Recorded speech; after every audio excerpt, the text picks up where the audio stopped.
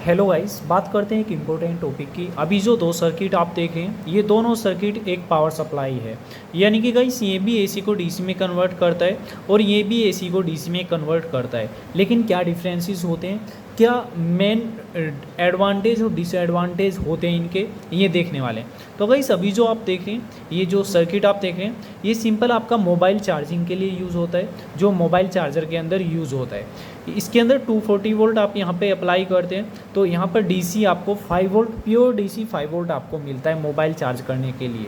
लेकिन दूसरे सर्किट के अंदर आप देखें, यहाँ पर आप 220 वोल्ट यानी कि 240 या फिर 220 वोल्ट जैसे ही अप्लाई करते हैं तो यहाँ पर आपको डीसी मिलता है। ये भी डीसी होता है, लेकिन गाइस ये प्योर नहीं होता है।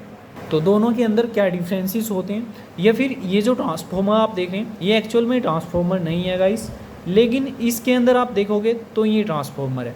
तो इसे समझ लेते हैं, इस बेसिक से कंसेप्ट को समझते हैं और समझने की कोशिश करते हैं। देन उसके बाद हम कैसे डिसाइड कर सकते हैं किसी भी पावर सप्लाई को, ये देखते हैं। गाइस, अगर आपके पास 220 वोल्ट है, ये जो आप देख रहे हैं, इन दो वायर्स के अंदर 220 वोल्ट आ रहे हैं। तो यहाँ पर अगर आपको ये कन्वर्ट करने हैं डीसी के अंदर, तो आप सिंपल यहाँ पर एक ट्रांसफार्मर यूज़ करते हैं। यानी कि यहाँ पर आपने एक ट्रांसफार्मर यूज़ किया, ये ट्रांसफार्मर आपने यूज़ किया, तो ट्रांसफार्मर क्या करता है, स्टेप डाउन कर देता है एसी को। यानी कि अगर 220 वोल्ट यहाँ पे आ रहे होंगे तो यहाँ पर आपको 12 वोल्ट एसी दे देगा। तो ये एसी ही होती है बेसिकली, अभी डीसी नहीं हुई। तो आपको अगर डीसी ये कन्वर्ट करना है तो यहाँ पर आपको एक ब्रिज रेक्टिफायर बनाना होता है, यानी कि यहाँ पर ऐड करना होता है। तो ब्रिज रेक्टिफायर होता है जो डायोड से मिलकर बनता है। तो यहाँ पर एक ब्रिज रेक्टिफायर लग जाता है। गाइस, ब्रिज रेक्टिफायर के बाद जो आउटपुट हमें मिलता है, यहाँ पर जो एसी मिल रही होती है 12 वोल्ट, यहाँ पर आपको 12 वोल्ट डीसी मिल जाती है, डीसी वोल्टेज। तो इस डीसी वोल्ट को आप यूज़ कर सकते हैं कहीं भी फिल्टरिंग के बाद। तो फिल्टर के लिए यहाँ पर एक कैपेसिटर लगा देते हैं, तो यहाँ पर आपको प्योर डीसी, इस तरह की डीसी मिल जाती है। लेकिन यहाँ पर अगर सिग्नल की बात करें ब्रिज रेक्टिफायर से पहले, तो इस तरह का सिग्नल होता है, जो कि इस तरफ भी होता है। से केवल डिफरेंस होता है, अगर यहाँ पर 220 वोल्ट था तो यहाँ पर 12 वोल्ट, यानी कि उसके वोल्टेजेस कम हो जाते हैं। इस सप्लाई को, यानी कि ये जो सिस्टम आपने बनाया, इसे पावर सप्लाई बोलते हैं। तो इस पावर सप्लाई को आइसोलेटेड पावर सप्लाई बोलते हैं। आइसोलेटेड का मतलब होता है ये पृथक पृथक होती है। गाइस, अगर ये सेक्शन आप देखोगे, ट्रांसफार्मर में एक्चुअल में कोई भी इंटरकनेक्शन नहीं होता है गाइस, कोई भी वायर का इंटरकनेक्शन नहीं होता है। इसके अंदर क्या होता है, एक कोयल यहाँ पर होती है जो इन दो वायर्स में लगी होती है, और एक कोयल यहाँ पर होती है, यानी कि तांबे का गुच्छा होता है, वो इस तरफ लगा होता है, इन तारों की तरफ। तो गाइस, अभी जैसे ही यहाँ पर 220 वोल्ट फ्लो होता है तो ये फ्लक्स के माध्यम से ही यहाँ पर ईएमएफ प्रोड्यूस करता है, देन इसे ट्रांसफ़र कर देता है। तो इससे यहाँ पर वोल्टेजेस आ जाते हैं एसी के।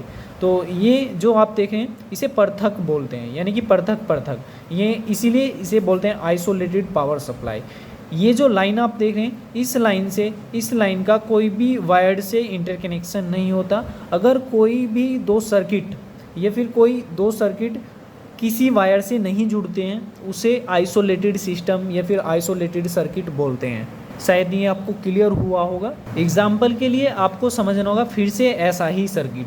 गाइस, आपके पास 220 वोल्ट है, यहाँ पर 220 वोल्ट आ रही है इसी तरह से, और आपको ये एसी को डीसी में कन्वर्ट करना है, जैसे कि आपने यहाँ पे किया था।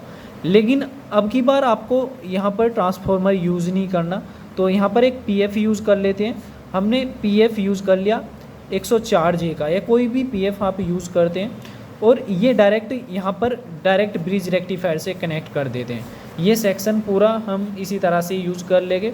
तो ये ब्रिज रेक्टिफायर हमने यहाँ पर यूज़ कर लिया, और यहाँ पर एक फ़िल्टर के लिए हमने कैपेसिटर लगा दिया, इलेक्ट्रोलाइटिक कैपेसिटर।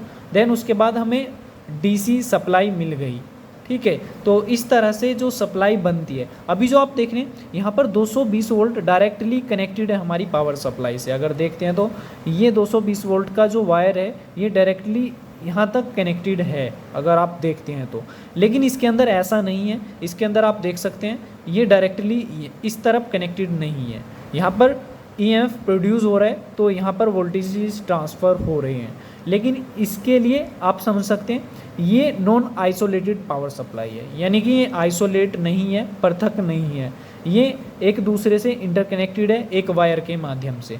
तो गाइस ऐसे सर्किट को, ऐसे पावर सप्लाई को बोलते हैं नॉन आइसोलेटेड पावर सप्लाई। शायद ये कंसेप्ट आपको क्लियर हुआ होगा। तो गाइस अगर वीडियो अच्छी लगे तो प्लीज़ लाइक कीजिए, सब्सक्राइब कीजिए। Thank you.